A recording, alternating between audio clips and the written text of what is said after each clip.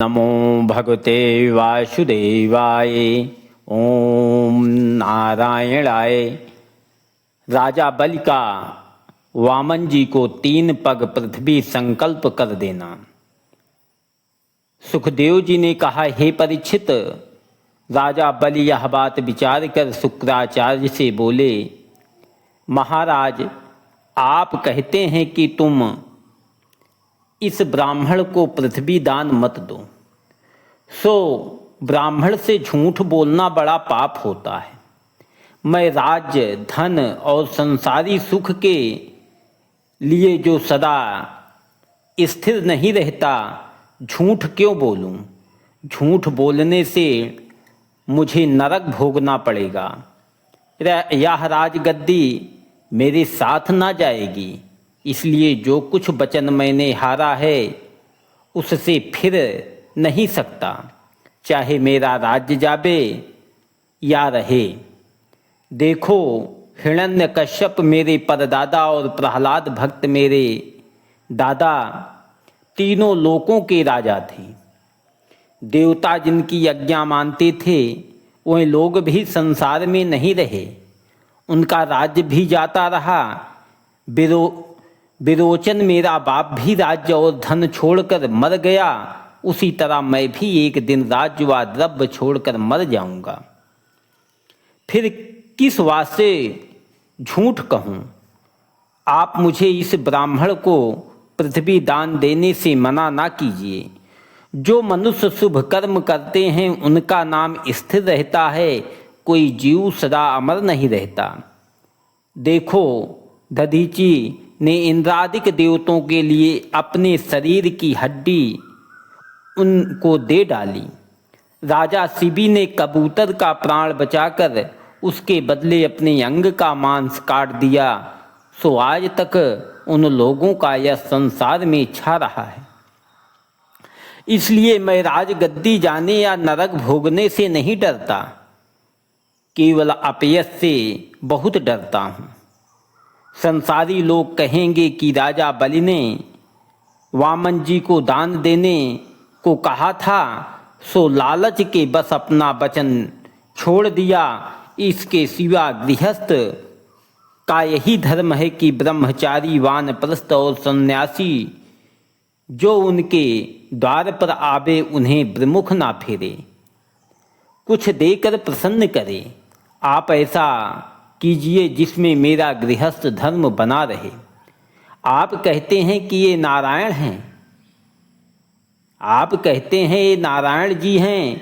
सो जिन परमेश्वर को प्रसन्न करने के लिए सब संसार यज्ञ, तप, दान व होम करता है, जब वही त्रिलोकीनाथ मेरे घर आकर भिखारी के समान 3 पग पृथ्वी दान मांगते हैं तो किस तरह ना देवें। इसलिए इनको दान देकर आशीर्वाद लेना और अपने प्राण तक इन पर निछावर कर देना है मैं उचित समझता हूँ। ये मेरा राज्य लेकर देवताओं को दे डालेंगे तो इससे भी मेरा यश महाप्रलय तक स्थिर रहेगा। लक्ष्मीपति इस शरीर और तीनों लोकों के मालिक होकर मुझसे दान मांगते हैं, इसलिए इनको बड़े हर्ष से दान देकर इनका हाथ नीचे करना चाहिए। लालची मनुष्य नरक में पड़ते हैं, इस कारण तुम्हारी आज्ञा ना मानकर अवश्य दान दूंगा। जब शुक्र जी ने देखा कि राजा बलि मेरा कहना नहीं मानता, तब क्रोध करके उसे श्राप दिया कि राज्य व धन दोनों तेरा जाता रहे।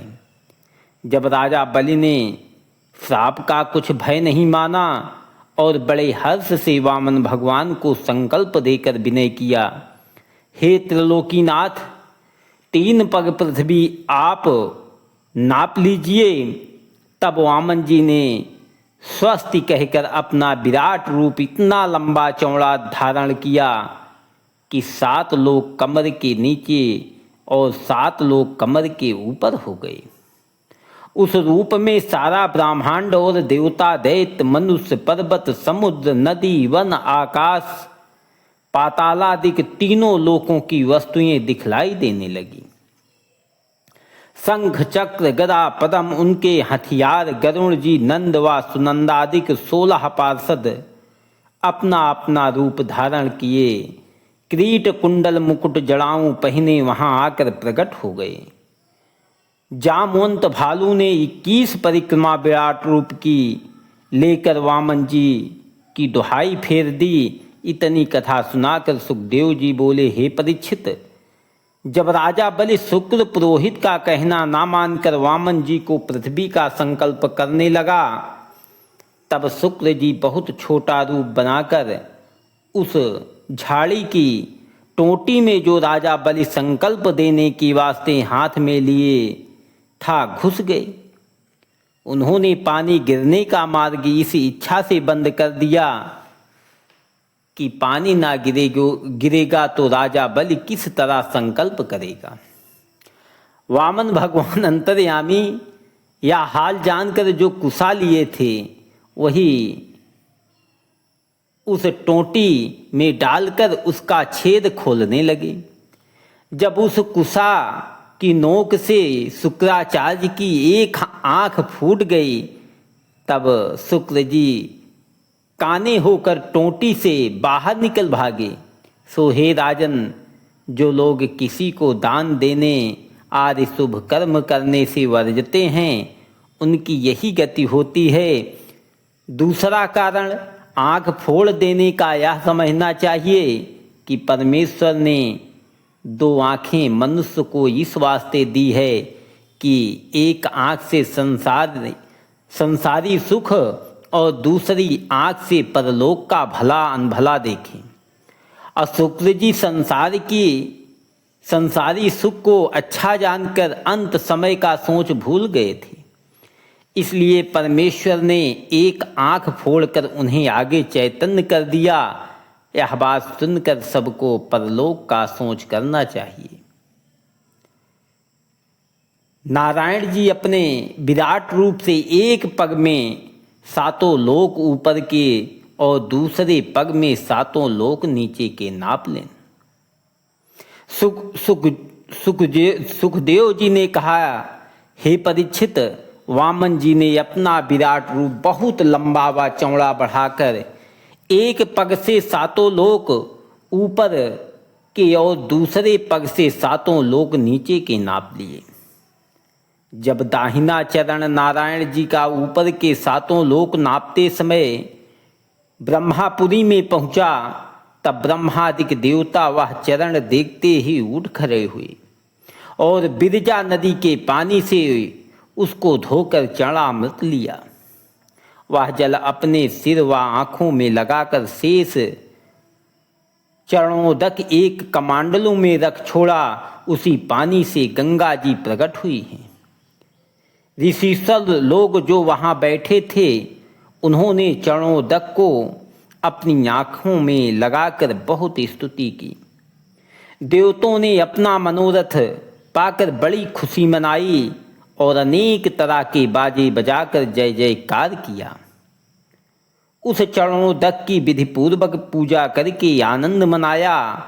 अप्सराओं ने बड़े हर्ष से नाच और गंधर्वों ने गाना आरंभ किया।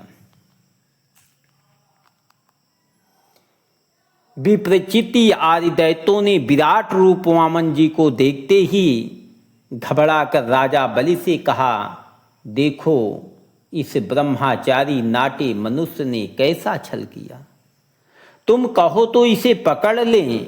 राजा बलि ने दैत्यों को उत्तर दिया कि यह परमेश्वर त्रिलोकीनाथ हैं, जो कुछ करेंगे सब अच्छा होगा। इनसे विरोध ना करना चाहिए। यह बात राजा बलि की सुनकर अपने अज्ञान से सब दैत्यों ने आपस में कहा कि हमारा राजा धर्मात्मा बैठा हुआ यज्ञ करता था, सो इस ब्राह्मण ने आकर छल से उसका राज्य ले लिया। अब हमारा राजा और हम लोग कहाँ रहेंगे?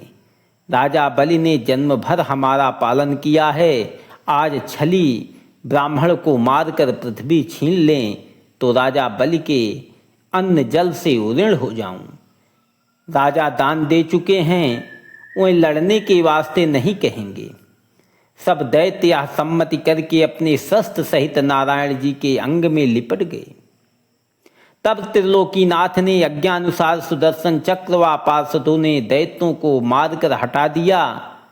जब दैत्य लोग भागकर राजा बलि के पास आए, तब उसने परमेश्वर की इच्छा ऐसी समझकर और शुक्राचार्य गुरु का साफ विचार कर दैत्यों से कहा कि तुम लोग युद्ध मत करो, दुख असुख प्रारब्ध से होता है। जब तुम्हारी सायत अच्छी आवेगी तब फिर राज्य पाओगे। इस समय देवताओं का भाग्य उदय हुआ है, इसलिए तुम्हारा लड़ना व्रत होगा। यह वचन सुनकर जब दैत्य लोग लड़ना छोड़कर भाग गए, तब नारायण जी बोले, हे राजन, तुमने 3 पग पृथ्वी दान दिया है और नापने में तुम्हारा संपूर्ण राज्य मेरे 2 पग से अधिक नहीं ठहरा। सो 3रा पग पृथ्वी संकल्प करने के अनुसार कीजिए। वामन जी का राजा बलि को सुतल लोक का राज्य देना। ओम नमो भगवते वासुदेवाय।